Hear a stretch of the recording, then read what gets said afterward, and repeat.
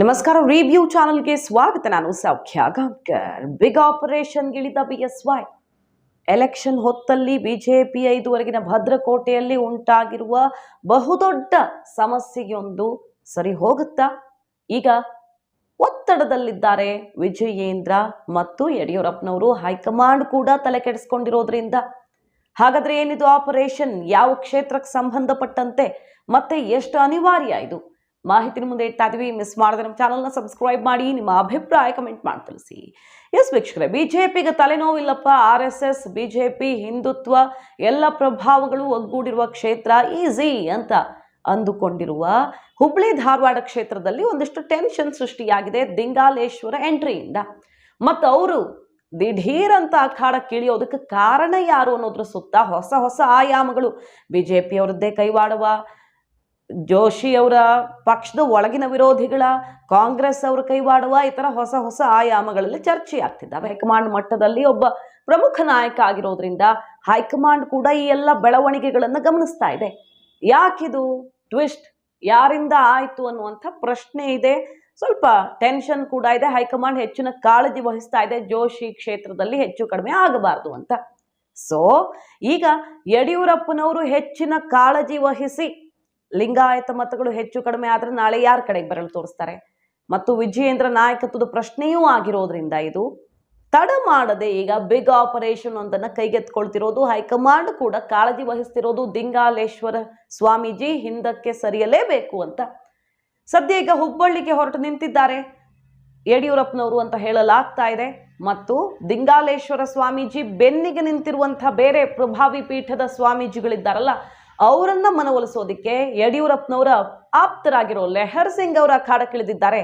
ಹರಿಹರ ಸ್ವಾಮೀಜಿ, ವಚನಾನಂದ ಶ್ರೀಗಳು ಮತ್ತು ಜಯಮೃತ್ಯುಂಜಯ ಸ್ವಾಮೀಜಿ, ಇನ್ನಿತರ ಪೀಠಗಳ ಸ್ವಾಮೀಜಿಗಳು ದಿಂಗಾಲೇಶ್ವರರ ಸ್ಪರ್ಧೆ ಅನವಶ್ಯಕ, ಬಿಜೆಪಿ ಅಭ್ಯರ್ಥಿಗೆ ನಾವು ಬೆಂಬಲ ಕೊಡ್ತೀವಿ ಅಂತ ಈ ಪ್ರಬಲ ಪೀಠದ ನಾಯಕರು ಒಪ್ಕೊಂಡು ಬಿಟ್ರೆ ದೊಡ್ಡ ತಲೆನೋವು ಕಡಿಮೆ ಆದಂಗೆ. ಹಾಗಾಗಿ ಲೆಹರ್ ಸಿಂಗ್ ಅವರ ಮೂಲಕ ದಿಂಗಾಲೇಶ್ವರ ಶ್ರೀಗಳ ಬೆನ್ನಿಗೆ ನಿಂತಿರುವ ಬೇರೆ ಸ್ವಾಮೀಜಿಗಳನ್ನು ಮನವೊಲಿಸೋದಕ್ಕೆ ಪ್ರಯತ್ನ ಆಗ್ತಿದೆ. ಮತ್ತು ದಿಂಗಾಲೇಶ್ವರರನ್ನ ಭೇಟಿಯಾಗೋದಕ್ಕೆ ಖುದ್ದು ಯಡಿಯೂರಪ್ಪನವರು ಹೋಗ್ತಿದ್ದಾರೆ.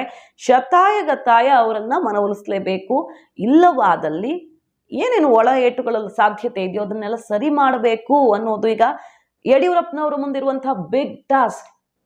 ಅಕಸ್ಮಾತ್ ಅದು ಹೆಚ್ಚು ಕಡಿಮೆ ಆದರೆ ಏನಾಗುತ್ತೆ? ನಾಳೆ ಮೊದಲೇ ಈಗಲೇ ಶುರು ಆಗ್ಬಿಟ್ಟಿದೆ ಯಡಿಯೂರಪ್ಪನವ್ರ ಕಡೆಗೆ ಯತ್ನಾಳ್ ಅಂತವರು BSY ವಿರೋಧಿ ಬಣದವರು ಬೆರಳು ತೋರಿಸ್ತಿದ್ದಾರೆ.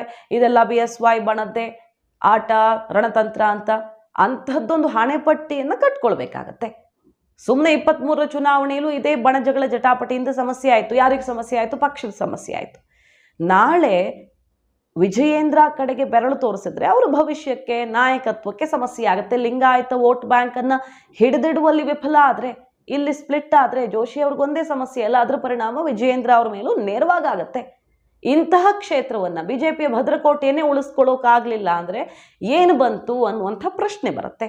ಹಾಗಾಗಿ ಈಗ ತಡ ಮಾಡದೆ ದಿಂಗಾಲೇಶ್ವರರ ಸ್ಪರ್ಧೆ ಕ್ಯಾನ್ಸಲ್ ಆಗಲೇಬೇಕು ಅಂತ ಬಿಗ್ ಆಪರೇಷನ್ಗೆ ಕೈ ಹಾಕಿದ್ದಾರೆ BSY. ಬೇರೆ ಕ್ಷೇತ್ರಗಳಲ್ಲೆಲ್ಲ ಬಂಡಾಯ ಶಮನ ಮಾಡುವ ಸವಾಲುಗಳು ಒಂದು ಕಡೆ ಆದರೆ, ಹುಬ್ಳಿ ಧಾರವಾಡ ಬಿಜೆಪಿ ಭದ್ರಕೋಟೆಯಲ್ಲಿ ಸರಿ ಮಾಡಲೇಬೇಕಾದಂಥ ಅನಿವಾರ್ಯತೆ ಇದೆ. ಹೈಕಮಾಂಡ್ ಕೂಡ ಜೋಶಿ ಅವರ ಬೆನ್ನಿಗೆ ನಿಂತಿರೋದ್ರಿಂದ, ಹೆಚ್ಚು ತಲೆ ಕೆಡಿಸ್ಕೊಳ್ತಿರೋದ್ರಿಂದ ಈ ಕ್ಷೇತ್ರದ ಬಗ್ಗೆ. ಸೊ ಈಗ ಕುತೂಹಲಕ್ಕೆ ಕಾರಣ ಆಗಿದೆ. ಈ ಕ್ಷೇತ್ರದಲ್ಲಿ ಬಿಸಿ ಏರಿಸಿರುವ ದಿಂಗಾಲೇಶ್ವರ ಸ್ವಾಮೀಜಿ ಹೆಜ್ಜೆ ಹಿಂದಕ್ಕಿಡ್ತಾರ? ಮತ್ತು ಹುಬ್ಳಿ ಧಾರವಾಡದಲ್ಲಿ ಬಿಜೆಪಿ ನಾಯಕರದ್ದೇ ಒಳ ಏಟಿನ ಟೆನ್ಷನ್ ಏನು ಕಾಣಿಸ್ತಾ ಇದೆ, ಅದೆಲ್ಲವನ್ನ ಕೊನೆ ಪಕ್ಷ ಎಲೆಕ್ಷನ್ ಮಟ್ಟಿಗೆ ತಾತ್ಕಾಲಿಕವಾಗಿ ಆದರೂ ಶಮನ ಮಾಡುವಲ್ಲಿ BSY ಹಠ ಹಿಡಿದು ಯಶಸ್ವಿಯಾಗ್ತಾರಾ ಅಂತ. ಮಾಹಿತಿ ನಿಮ್ಗೆ ಇಷ್ಟ ಆಗಿದ್ರೆ ಮಿಸ್ ಮಾಡಿದ್ರೆ ನಮ್ಮ ಚಾನಲ್ನ ಸಬ್ಸ್ಕ್ರೈಬ್ ಮಾಡಿ, ನಿಮ್ಮ ಅಭಿಪ್ರಾಯ ಕಮೆಂಟ್ ಮಾಡಿ ತಿಳಿಸಿ. Thank you.